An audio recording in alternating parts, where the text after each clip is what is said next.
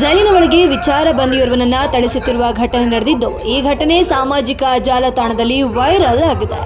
Bhadravati JDS ಮುಖಂಡ ಅಜಿತ್ ಅಪ್ಪಾಜಿಗೌಡ ಶಿವಮೊಗ್ಗ ಜೈಲಿನಲ್ಲಿ ನಡೆದ ಘಟನೆ ಎಂದು ಫೇಸ್ಬುಕ್ನಲ್ಲಿ ಪೋಸ್ಟ್ ಮಾಡಿದ್ದಾರೆ. ಶುಕ್ರವಾರ ಭದ್ರಾವತಿ ಗ್ರಾಮಾಂತರ ಪೊಲೀಸ್ ಠಾಣೆಯಲ್ಲಿ ಕಿರಣ್ ಸೇಟು ಎಂಬ ಯುವಕನನ್ನ ಪೊಲೀಸರು ಬಂಧಿಸಿ ಶಿವಮೊಗ್ಗ ಜೈಲಿಗೆ ಕಳಿಸಿದ್ರು. ಶನಿವಾರ ಆತನ ಸಹಪಾಠಿಗಳು ಜೈಲಿನಲ್ಲಿ ಥಳಿಸಿದ್ದಾರೆ. ಈ ವಿಡಿಯೋ ಈಗ ಸಾಮಾಜಿಕ ಜಾಲತಾಣದಲ್ಲಿ ವೈರಲ್ ಆಗಿದೆ.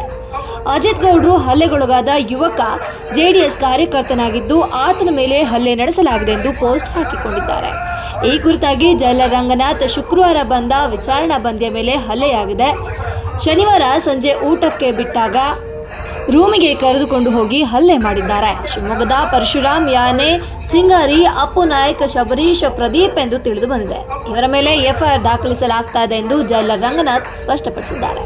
ಪಕ್ಷದ ವಿಚಾರದಲ್ಲಿ ಹೊಡೆದಾಡಿಕೊಂಡಿರುವ ಶಂಕೆ ವ್ಯಕ್ತವಾಗ್ತಾ ಇದ್ದು, ಪೊಲೀಸರ ತನಿಖೆಯಿಂದ ತಿಳಿದು ಬರಬೇಕಾಗಿದೆ. ಕಿರಣ್ ಸೇಟು ಅಟ್ರಾಸಿಟಿ ಪ್ರಕರಣದಲ್ಲಿ ಎನ್ಎಸ್ಎಂಗೆ ಶಿವಮೊಗ್ಗ ಜೈಲು ಸೇರಿದ್ದಾನೆ.